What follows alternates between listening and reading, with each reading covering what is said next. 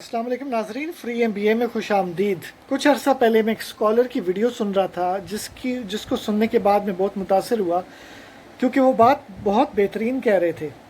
वो कह रहे थे कि असल जो मसला होता है या असल जो जुस्तजू होती है अपने मिशन या ऑब्जेक्टिव तक पहुंचना नहीं होती, बल्कि अपने मंजिल तक पहुंचने के बाद उस जगह को रिटेन करना, यानी उस पोजीशन पे रहना और फिर उसके बाद अगले ऑब्जेक्टिव तक पहुंचना, वो एक मुश्किल काम होता है।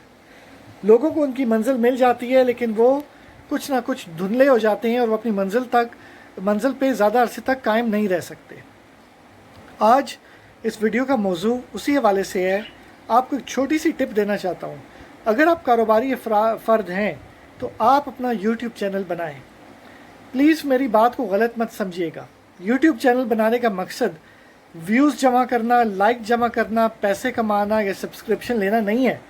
YouTube का मकसद ये है, आप कारोबारी इंसान के लिए, आपके लिए YouTube का मकसद ये है कि आप अच्छे लोगों के साथ कनेक्ट हों, नंबर 1। नंबर 2, आप अपनी मोटिवेशन को बढ़ाएं। अभी जो मैंने स्टार्ट में बात की कि मंजिल तक पहुंचना मुश्किल नहीं होता, मंजिल पे कायम रहना मुश्किल होता है। YouTube पे अगर आप अपने कारोबार की वीडियोस बना के डालेंगे तो आपकी एक डिजिटल लाइब्रेरी के तौर पे वो चीज़ काम आएगी। आप अपनी वीडियोस को खुद सुनें फ़ारग वक्त में, एक तरह की आपकी वो डिजिटल किताब होगी।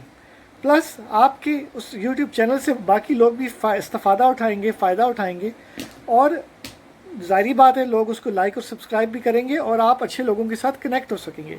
आप उस इंडस्ट्री में अपने आप को एक्सपर्ट के लाना शुरू कर देंगे। आप नए मौके तलाश करेंगे जब आप चैनल बना के वीडियोस डालेंगे।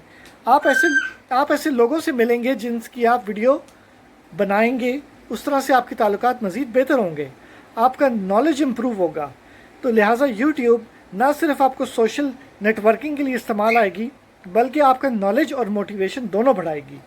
अगर आपकी जूतों की दुकान है या पेट्रोल स्टेशन है या आप फूड का काम करते हैं या सर्विस प्रोवाइड करते हैं, आप जो भी करते हैं, अपना YouTube चैनल बनाएं। मैं बार बार इस चीज़ के ऊपर ज़ोर डालूंगा और तफसीलन वीडियोस भी बनाऊंगा।